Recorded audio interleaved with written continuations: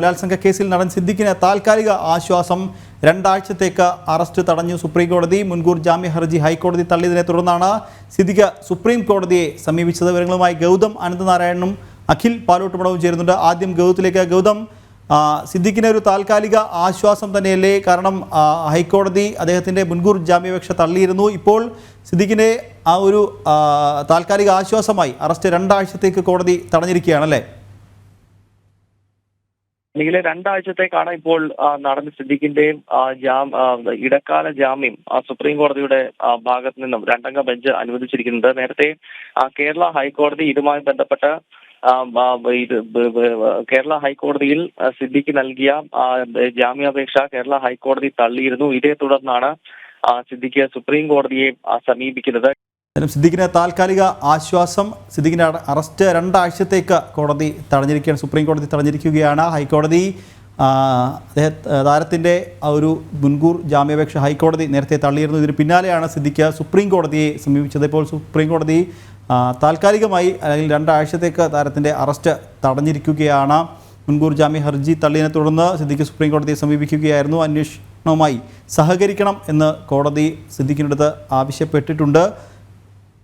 ഇപ്പോൾ തിരുവനന്തപുരത്ത് നിന്ന് അഖിൽ പാലോട്ടുമടം കൂടി ചേരുന്നുണ്ട്. അഖില്, സിദ്ദിഖിനൊരു താൽക്കാലിക ആശ്വാസം തന്നെയല്ലേ എന്തായാലും ഇപ്പോൾ ഈ ഒരു അറസ്റ്റ് തടഞ്ഞത്?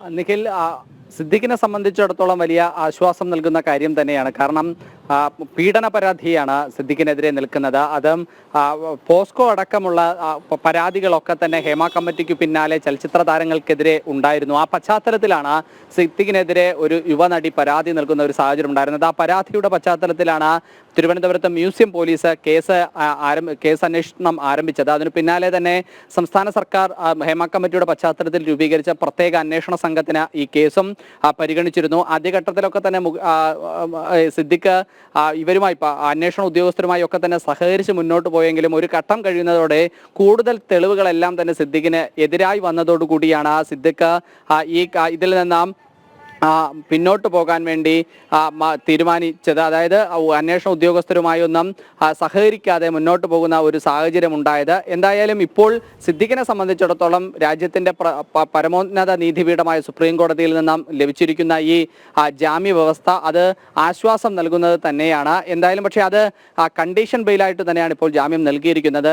ജാമ്യ വ്യവസ്ഥകളുണ്ട്, പോലീസുമായി സഹകരിക്കണം, അതുപോലെ തന്നെ കുറച്ച് കണ്ടീഷനൊക്കെ തന്നെ കോടതി പറഞ്ഞിട്ടുണ്ട് എന്നതാണ് നമുക്ക് ആ ജഡ്ജ്മെന്റിൽ നിന്ന് മനസ്സിലാക്കാൻ സാധിക്കുന്നത്. പക്ഷേ അന്വേഷണ ഉദ്യോഗസ്ഥരുമായി സിദ്ദിഖ് സഹകരിച്ച് മുന്നോട്ട് പോകുമോ എന്നുള്ള കാര്യത്തിലാണ് ഒരു സംശയം നിലനിൽക്കുന്നത്. ആദ്യഘട്ടത്തിലൊക്കെ തന്നെ സിദ്ദിഖ് ഈ നാട് വിട്ട് മാറി നിൽക്കുന്ന കാര്യം അടക്കം ഉണ്ടായിരുന്നു എന്നതൊക്കെ ഒരു സൂചനയായി വന്നിരുന്നു. അതുകൊണ്ട് അഖിൽ തുടരുക. ഇപ്പോൾ ഡൽഹിയിൽ നിന്ന് ഗൗതം അനന്തനാരായണൻ ചേരുന്നുണ്ട്. ഗൗതം, കർശനമായ വ്യവസ്ഥകളോടെയാണ് എന്തായാലും 2 ആഴ്ചത്തേക്ക് അറസ്റ്റ് തടഞ്ഞിരിക്കുന്നത് എന്നാണ് അറിയാൻ സാധിക്കുന്നത്. എന്തൊക്കെയാണ് കോടതി സിദ്ദിഖിന് മുന്നിൽ വെച്ച വ്യവസ്ഥകൾ?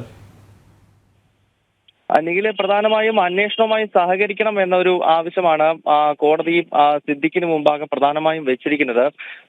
കീഴ്ക്കോടതിയുടെ നടപടികളുമായും അതോടൊപ്പം തന്നെ അന്വേഷണ സംഘവുമായി സഹകരിക്കണം എന്ന നിർദ്ദേശം ഈ കോടതി ഇപ്പോൾ സിദ്ദിഖിന് മുമ്പാകെ വെക്കുന്നു. അതോടൊപ്പം നേരത്തെ സൂചിപ്പിച്ചിരുന്നു, അതായത് ഈ കേസുമായി ബന്ധപ്പെട്ട പരാമർശങ്ങളും വിവാദങ്ങളും ഒരുപാട് കാലമായി നിലനിൽക്കുന്നുണ്ടെങ്കിലും എന്തുകൊണ്ടാണ് സംസ്ഥാനത്തെ പോലീസ് സംവിധാനവും ഭരണ സംവിധാനങ്ങളും ഈ വിഷയത്തിൽ ഇത്രയും നാളും ഇടപെടൽ നടത്താത്തതെന്ന ചോദ്യവും ഈ കേസ് പരിഗണിക്കുന്ന ഘട്ടത്തിൽ സുപ്രീം കോടതിയുടെ ഭാഗത്ത് നിന്ന് ഉണ്ടായി. ഒപ്പം സിദ്ദിഖിന്റെ അഭിഭാഷകൻ കോടതിയിൽ ഇന്ന് ആവർത്തിച്ചത് താൻ അന്വേഷണവുമായി സഹകരിക്കാം, മാത്രമല്ല താൻ 2 താര സംഘടനകൾ 2 സിനിമാ സംഘടനകൾ തമ്മിലുള്ള സംഘർഷങ്ങളുടെ ഇരയാണ് താൻ എന്നത് സംബന്ധിച്ചുള്ള വിശദീകരണം കൂടി സിദ്ദിഖിന്റെ അഭിഭാഷകൻ ഇന്നിപ്പോൾ സുപ്രീം കോടതിക്ക് മുമ്പാകെ നിലപാട് വ്യക്തമാക്കുകയുണ്ടായി. അങ്ങനെ 2 സിനിമാ സംഘടനകൾക്കിടയിലുള്ള സംഘർഷത്തിന്റെ ബലിയാടായതിന്റെ ഭാഗമായാണ് ഇത്തരം തെറ്റായ ആരോപണങ്ങൾ ഉയർന്നതെന്നും താൻ നിരപരാധിയാണെന്നും തനിക്കെതിരെ വലിയ ഗൂഢാലോചന സിനിമാ മേഖലയുമായി ബന്ധപ്പെട്ട് നടക്കുന്നുണ്ടെന്നും അതിന്റെ ഭാഗമാണ്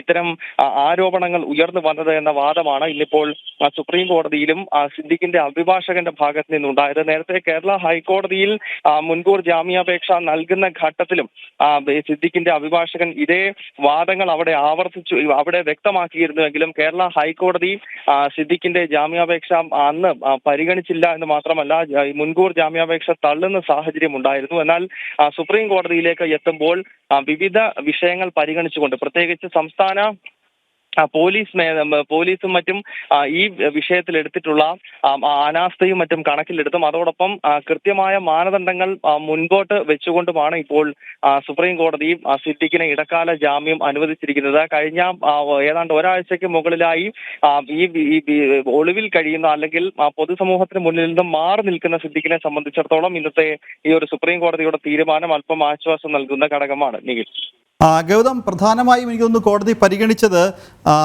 ഈ അതായത് താമസിച്ചു, അതായത് ഈ പരാതി നൽകാൻ വേണ്ടി ഇത്രയും നാൾ താമസിച്ചു എന്ന ഒരു കാരണം തന്നെ, അതായത് സിദ്ദിഖിൻ്റെ അഭിഭാഷകൻ ഉയർത്തിയ ഈ നടി അല്ലെങ്കിൽ ബലാത്സംഗ പരാതി നൽകാൻ ഇത്രയും കാലതാമസം എടുത്തു എന്നൊരു വാദമുണ്ട്. എനിക്ക് തോന്നുന്നു ആ വാദമാണ് പ്രധാനമായും കോടതി പരിഗണിച്ചതെന്ന് തോന്നുന്നു, അല്ലേ?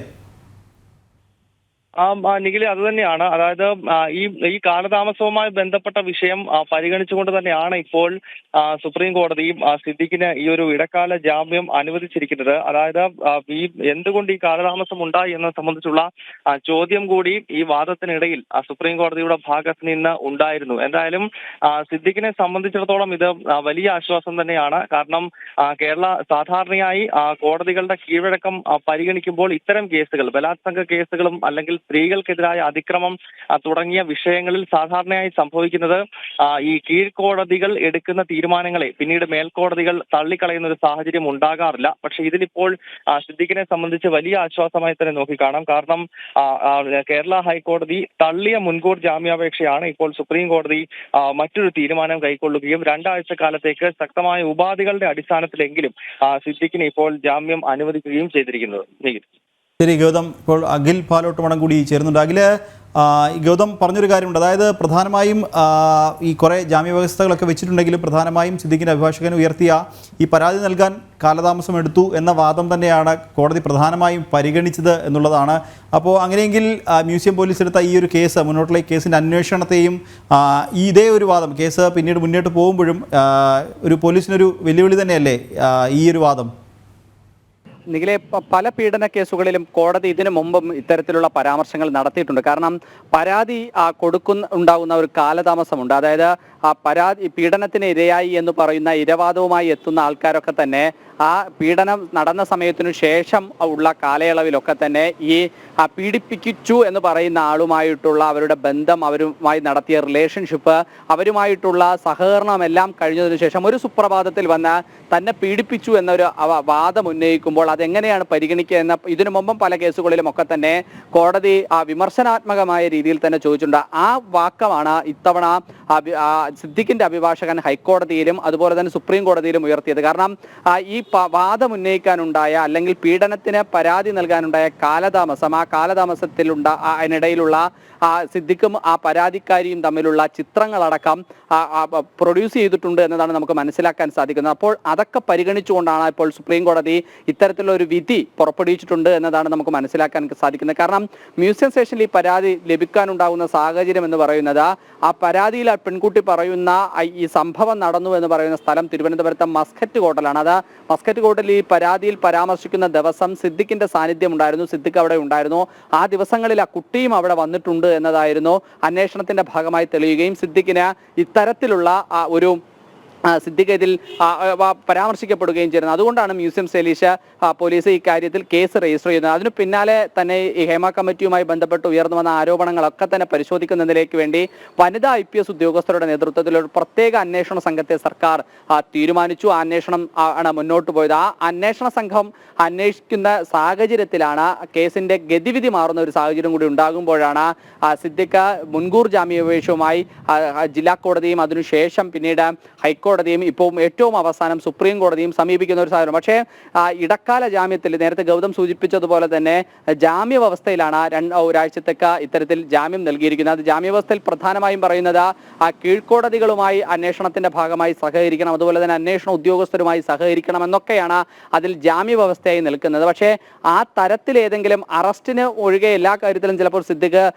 സഹകരിക്കാനുള്ള സാധ്യതയുമുണ്ട്. കാരണം അറസ്റ്റ് മാത്രം ഒഴിവാക്കുക എന്നുള്ളത് തന്നെയാണ് കഴിഞ്ഞ ഒരാഴ്ചക്കാലമായി ഭാഗമായി കാണാമറയത്തിരുന്നു കൊണ്ടുള്ള സിദ്ദിഖിന്റെ ഈ ജാമ്യം തേടിയുള്ള പോക്കും നമുക്ക് മനസ്സിലാക്കാൻ സാധിക്കുന്നത്. എന്തായാലും കണ്ടീഷൻ ജാമ്യത്തിൽ ആ ഒരു വ്യവസ്ഥയുള്ളത് കൊണ്ട് തന്നെ പോലീസിനെ അറസ്റ്റ് ചെയ്യുന്നതിൽ ചില സാങ്കേതിക പ്രശ്നങ്ങളുണ്ടാകും. പക്ഷേ ഈ പരാതിക്കും അപ്പുറത്ത് സിദ്ദിഖിനെതിരെ മറ്റു ചില ആരോപണങ്ങൾ കൂടി ഉയർന്നു വന്ന പശ്ചാത്തലത്തിൽ അതിലേതെങ്കിലും ഒരു കേസ് പോലീസ് രജിസ്റ്റർ ചെയ്യുകയോ അതിൽ പോലീസ് സിദ്ദിഖിനെ അറസ്റ്റ് ചെയ്യുകയോ ചെയ്താൽ ഈ നിലവിലുള്ള ജാമ്യം ചിലപ്പോൾ അത് റദ്ദായി പോകാനുള്ള ഒരു സാധ്യത കൂടിയുണ്ട്. ചിലപ്പോൾ പോലീസ് ആ തരത്തിലുള്ള ഒരു നീക്കം നടത്താനുമുള്ള ഒരു സാഹചര്യം നിലനിൽക്കുന്നുണ്ട്. എന്തായാലും സ്പെഷ്യൽ ഇൻവെസ്റ്റിഗേഷൻ ടീം കൂടിയാലോചിച്ചതിന് ശേഷമായിരിക്കും തുടർ നടപടികൾ എന്തായാലും ഉണ്ടാകാനുള്ള ഒരു സാധ്യത. അല്പസമയത്തിനകം തന്നെ ഈ പരാതിക്കാരി വീണ്ടും മാധ്യമങ്ങളോട് പ്രതികരിക്കും എന്നതാണ് നമ്മളെ അറിയിച്ചിട്ടുള്ളത്. പരാതിക്കാരി ഏത് തരത്തിലാണ് മുന്നോട്ട് പോകുന്നത് എന്നത് നിർണായകമായ ഒരു കാര്യമാണ്. കാരണം ആ ജാമ്യ വ്യവസ്ഥയ്ക്ക് ഒരാൾ ജാമ്യാപേക്ഷ നൽകുന്ന സമയത്ത് എതിർഭാഗത്തിന്റെ വാദം തടസ്സവാദം കൂടി കേട്ടതിനു ശേഷം മാത്രമായിരിക്കും കോടതിക്ക് ആ ജാമ്യം നൽകാൻ സാധിക്കുക. അത് പൂർണ്ണമായും ഈ വാദിയുടെ തടസ്സ ഹർജി കേട്ടിട്ടുണ്ടോ എന്നുള്ള കാര്യം അടക്കം പരിശോധിക്കപ്പെടേണ്ടതുണ്ട്. അങ്ങനെയാണ് എന്നുണ്ടെങ്കിൽ ജാമ്യ വ്യവസ്ഥയ്ക്ക് മേൽ അപ്പീൽ കൊടുക്കുന്ന കാര്യം അടക്കം നമുക്ക് ചിലപ്പോൾ ആ തരത്തിലുള്ള കാര്യങ്ങളും ഉണ്ടാകാനുള്ള ഒരു സാധ്യതയുണ്ട്. സിംഗിൾ ബെഞ്ചിൽ നിന്നും ഡിവിഷൻ ബെഞ്ചിലേക്കോ ആ തരത്തിലേക്കുള്ള കാര്യങ്ങൾ പോകുന്ന സാധ്യത കൂടി നമുക്ക് തള്ളിക്കളയാൻ സാധിക്കില്ല. നേരത്തെ ഗൗതം സൂചിപ്പിച്ചതുപോലെ തന്നെയാണ് ഒരാഴ്ച കാണാമറയത്തിരുന്ന, ഒരാഴ്ച ഒളിവിലായിരുന്ന സിദ്ദിഖിനെ സംബന്ധിച്ചിടത്തോളം കേരളത്തിലെ കോടതികളിൽ നിന്നെല്ലാം തിരിച്ചടി കിട്ടിയ സിദ്ദിഖിനെ സംബന്ധിച്ചിടത്തോളം ഒരു ആശ്വാസം നൽകുന്ന അല്ലെങ്കിൽ ആശ്വാസമേകുന്ന ഒരു വിധി തന്നെയാണ് സുപ്രീം കോടതിയിൽ നിന്ന് ഉണ്ടായിട്ടുള്ളത്. നിഖിൽ. ശരി, അഖിൽ. ഗൗതം തുടരുന്നുണ്ട്. ഗൗതം, അതായത് കോടതി ഇന്ന് സംസ്ഥാന സർക്കാരിനെതിരെ ചില രൂക്ഷമായ വിമർശനങ്ങളും ഈ സാഹചര്യത്തിൽ നടത്തിയിട്ടുണ്ട്. കാരണം ഈ ഹേമ കമ്മിറ്റി റിപ്പോർട്ടിൻ്റെ അടിസ്ഥാനത്തിൽ ഇപ്പോൾ പരാതി നൽകിയോ ആ അടിസ്ഥാനത്തിലാണ് ഇപ്പോൾ കേസെടുത്തതെന്ന് സംസ്ഥാന സർക്കാർ പറഞ്ഞപ്പോൾ ഇത്രയും നാളും ഈ വിഷയത്തിലൊക്കെ എന്ത് ചെയ്യുകയായിരുന്നു സംസ്ഥാന സർക്കാർ എന്ന് കോടതി ചോദിച്ചിട്ടുണ്ട്. അതൊരു വളരെ സംസ്ഥാന സർക്കാരിനെതിരെ കോടതി അങ്ങനെ ഒരു വാദം ഒരു പറഞ്ഞിട്ടുണ്ട്. ഹേമ കമ്മിറ്റി റിപ്പോർട്ട് വന്ന പശ്ചാത്തലത്തിലാണ് ഇപ്പോൾ ഈ പരാതിയുമായി ഈ ഒരു നടി അല്ലെങ്കിൽ യുവതി രംഗത്തെത്തിയത് എന്ന് പറയുമ്പോൾ തന്നെ ഇതിൽ സർക്കാർ എന്ത് നടപടി സ്വീകരിച്ചു, ഇത്രയും കാലം സർക്കാർ എന്ത് ചെയ്യുകയായിരുന്നു എന്ന് കോടതി ചോദിക്കുന്നുണ്ട്. അതോടൊപ്പം തന്നെ സിനിമയിൽ മാത്രമല്ല ഇത്തരം വിഷയങ്ങൾ നടക്കുന്നതെന്നും സുപ്രീം കോടതി പറഞ്ഞു വെക്കുന്നുണ്ട്. അല്ലേ ഗൗതം? നിഖില, ഇത്തരത്തിൽ സംസ്ഥാന സർക്കാരിനെതിരെ വലിയ വിമർശനമാണ് കോടതിയുടെ ഭാഗത്ത് നിന്ന്, പ്രത്യേകിച്ച് പോലീസിനെതിരെ വിമർശനം ഉയർന്നിട്ടുണ്ട്. ഈ നടിയുടെ പരാതിയുമേൽ എന്ത് നടപടിയാണ് ഇതുവരെ സ്വീകരിച്ചത് എന്നതായിരുന്നു കോടതിയുടെ പ്രധാനപ്പെട്ട ചോദ്യം എന്നത്. കാരണം ഈ സിദ്ദിഖിനെതിരെ ഇത്തരം ആരോപണം ഇതിന് മുൻപ് തന്നെ ഈ നടിയുടെ ഭാഗത്ത് നിന്നും ഉണ്ടായതാണ്. അന്നൊന്നും എന്തുകൊണ്ട് കേസെടുത്തില്ല എന്ന ചോദ്യം കോടതിയുടെ ഭാഗത്ത് നിന്ന് ഉണ്ടായി. അതിനുത്തരമായിട്ടാണ് ഈ സിനിമയുമായി ബന്ധപ്പെട്ട പഠനം നടത്തിയ ഹേമ കമ്മിറ്റി റിപ്പോർട്ടാണ് അതിന്റെ ഉത്തരമെന്നും, അതായത് ഈ ഹേമ കമ്മിറ്റി റിപ്പോർട്ട് പുറത്തു വന്നതിന് ശേഷമാണ് ഇത്തരം വിവാദങ്ങൾ കൂടുതൽ ശക്തമായതെന്നും അതിന്റെ അടിസ്ഥാനത്തിലാണ് പിന്നീട് മ്യൂസിയം പോലീസ് സിദ്ദിഖിനെതിരെ കേസെടുത്തത് എന്ന വിശദീകരണമാണ് സംസ്ഥാന സർക്കാരിന്റെ ഭാഗത്ത് നിന്നും ഉണ്ടായത്. അതിനുശേഷം വീണ്ടും കോടതി ഇതുമായി ബന്ധപ്പെട്ട ചോദ്യങ്ങൾ ഉന്നയിച്ചു. അങ്ങനെയെങ്കിൽ ആ ഹേമ കമ്മിറ്റി റിപ്പോർട്ടിന് ശേഷം എന്തൊക്കെ നടപടിയാണ് എടുത്തിട്ടുള്ളത് എന്നത് സംബന്ധിച്ചുള്ള ചോദ്യവും സുപ്രീം കോടതിയുടെ ഭാഗത്ത് നിന്നുണ്ടായി. ഇതിനെ കൃത്യമായ മറുപടി നൽകുവാൻ സംസ്ഥാന സർക്കാരിനെ പ്രതിനിധീകരിച്ച അഭിഭാഷകന് സാധിച്ചില്ല. എന്തായാലും അതിനുശേഷമാണ് ഈ 2 ആഴ്ചത്തെ താൽക്കാലിക ജാമ്യം നടൻ സിദ്ദിഖിന് സുപ്രീം കോടതി അനുവദിച്ചിരിക്കുന്നത്. കഴിഞ്ഞ കുറച്ച് ദിവസങ്ങളായി പൊതുസമൂഹത്തിന് മുന്നിൽ നിന്ന് മാറി നിൽക്കുന്ന സിദ്ദിഖിനെ സംബന്ധിച്ച് ഇനിയും അറസ്റ്റ് ഇല്ലാതെ 2 ആഴ്ച മുന്നോട്ട് നീങ്ങാൻ സാധിക്കും. ഒപ്പം ഈ സംസ്ഥാന സർക്കാരിനെതിരെ ഉണ്ടായിട്ടുള്ള വിമർശനം നമുക്കറിയാം. ഈ ഹേമ കമ്മീഷൻ റിപ്പോർട്ടുമായി ബന്ധപ്പെട്ട വിവാദങ്ങൾ ഉയരുന്ന ഘട്ടത്തിലും പൊതുസമൂഹത്തിനിടയിലും സർക്കാർ സംവിധാനങ്ങൾക്കെതിരെ, പ്രത്യേകിച്ച് പോലീസിനെതിരെയൊക്കെ വലിയ വിമർശനങ്ങൾ ഉയർന്നിരുന്നു. കാരണം ഈ കമ്മിറ്റി റിപ്പോർട്ടിനകത്ത് പരാമർശിച്ചിട്ടുള്ള പേരുകൾ സംബന്ധിച്ചുള്ള അന്വേഷണം സർക്കാരിന്റെ ഭാഗത്ത് നിന്നുണ്ടായില്ല. മാത്രമല്ല, എന്തുകൊണ്ട് ഈ ഹേമ കമ്മീഷൻ റിപ്പോർട്ട് ഇത്രത്തോളം കാലതാമസം ഉണ്ടായി പ്രസിദ്ധീകരിക്കാൻ തുടങ്ങിയ ആരോപണങ്ങളും വിമർശനങ്ങളും പൊതുസമൂഹത്തിനിടയിലും സിനിമാ മേഖലയിൽ നിന്നുമൊക്കെ ഉയർന്നു വരുന്നതിനിടയിൽ കൂടിയാണ് ഇപ്പോൾ രാജ്യത്തെ പരമോന്നത കോടതിയും സംസ്ഥാന സർക്കാരിനെ ഈ വിഷയവുമായി ബന്ധപ്പെട്ട് വിമർശിച്ചിരിക്കുന്നത്. ഗൗതം, ഇതോടൊപ്പം തന്നെ സിദ്ദിഖ് കോടതിയിൽ പറഞ്ഞ മറ്റൊരു കാര്യമുണ്ട്. അതായത് മറ്റ് നടന്മാർക്ക് ജാമ്യം ലഭിക്കാമെങ്കിൽ തനിക്ക് എന്തുകൊണ്ട് ജാമ്യം ലഭിച്ചില്ല, അതായത് സിദ്ദിഖിൻ്റെ മുൻകൂർ ജാമ്യം തള്ളിക്കൊണ്ട് ഹൈക്കോടതി തള്ളിയതിന് തൊട്ട് പിന്നാലെ ഉയർന്നൊരു ചോദ്യമായിരുന്നു അത്. മറ്റുള്ളവർക്ക് ജാമ്യം കിട്ടുമ്പോൾ എന്തുകൊണ്ട് സിദ്ദിഖിന് കിട്ടിയില്ല എന്ന തരത്തിൽ. ഇപ്പോൾ മുകേഷ് അടക്കമുള്ള ആളുകൾക്ക് ഈ ഇത്തരത്തിലുള്ള പരാതിയിൽ പോലീസ് എടുത്ത കേസിൽ ജാമ്യം ലഭിച്ചപ്പോൾ സിദ്ദിഖിന് എന്തുകൊണ്ട് ജാമ്യം ലഭിച്ചില്ല എന്ന് അന്ന് ഉയർന്നൊരു ചോദ്യമുണ്ട്.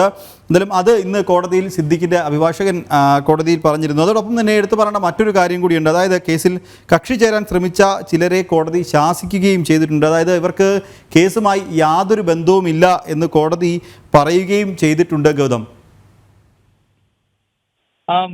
നിഖില്, നേരത്തെ തന്നെ ഈ മുകേഷ് ഉൾപ്പെടെ പല നടന്മാർക്കുമെതിരെയും ലൈംഗിക ആരോപണം ഉയരുകയും പിന്നീട് അത് കേസായി മാറുകയും ചെയ്തിരുന്നു. എന്നാൽ ഇവർക്കൊക്കെ ജാമ്യം ലഭിക്കുന്ന ഘട്ടത്തിലാണ് സുപ്രീം കോടതിയിൽ ഇന്നിപ്പോൾ സിദ്ദിഖിന്റെ അഭിഭാഷകൻ ഇത്തരമൊരു ചോദ്യം മുന്നോട്ട് വെച്ചിരിക്കുന്നത്. അതായത് ഈ മുകേഷ് ഉൾപ്പെടെയുള്ള പല നടന്മാർക്കും സമാനമായ ആരോപണമാണ് അവർക്കെതിരെ ഉയർന്നിട്ടുള്ളത്. പ്രത്യേകിച്ച് ഈ ഹേമ കമ്മീഷൻ റിപ്പോർട്ടിന് ശേഷമാണ് ഇത്തരം ആരോപണങ്ങൾ ഉയർന്നു വരുന്നതും ലൈംഗിക പീഡന പരാതിയും മറ്റും ഉയർന്നു വരുന്നത്. അതിനുശേഷം വിവിധ സ്റ്റേഷനുകളിൽ, കേരളത്തിലെ വിവിധ പോലീസ് സ്റ്റേഷനുകളിലാണ് പല നടന്മാർക്കെതിരെയും കേസ് രജിസ്റ്റർ ചെയ്തത്. സ്വാഭാവികമായും അവരിൽ പലർക്കും ജാമ്യം ലഭിച്ചുവെങ്കിൽ എന്തുകൊണ്ടാണ് തന്റെ ജാമ്യാപേക്ഷ മാത്രം കീഴ്ക്കോടതി തള്ളിയത്? അതിൽ തനിക്കെതിരെ ഗൂഢാലോചന നേരത്തെ തന്നെ ആരോപിച്ചു. ഒപ്പം നീതി നിഷേധം എന്ന നിലയിലേക്കാണ് സിദ്ദിഖ് കോടതിയിൽ ഇക്കാര്യം ഉയർത്തി കാണിച്ചത്. ഈ ഒരു പശ്ചാത്തലത്തിൽ കൂടിയാണ് ഒരുപക്ഷെ 2 ആഴ്ചത്തേക്ക് കൃത്യമായ വ്യവസ്ഥകളുടെ അടിസ്ഥാനത്തിൽ സിദ്ദിഖിന് സുപ്രീം കോടതി ഇടക്കാല ജാമ്യം അനുവദിച്ചിരിക്കുന്നത്. നിഖിൽ, ശരി ഗൗതം. എന്തായാലും നടൻ സിദ്ദിഖിന് ബലാത്സംഗ പീഡന പരാതിയിൽ സിദ്ദിഖിന് താൽക്കാലിക ആശ്വാസം, 2 ആഴ്ചത്തേക്ക് അറസ്റ്റ് ചെയ്യരുത് എന്ന് കോടതി പറഞ്ഞിട്ടുണ്ട്. സിദ്ദിഖിന് താൽക്കാലിക ആശ്വാസമാണ്. വിശദമായ വിവരങ്ങൾ നൽകുകയായിരുന്നു ഡൽഹിയിൽ നിന്നും ഗൗതം അനന്തനാരായണനും തിരുവനന്തപുരത്ത് നിന്ന് അഖിൽ പാലോട്ടുമടവും.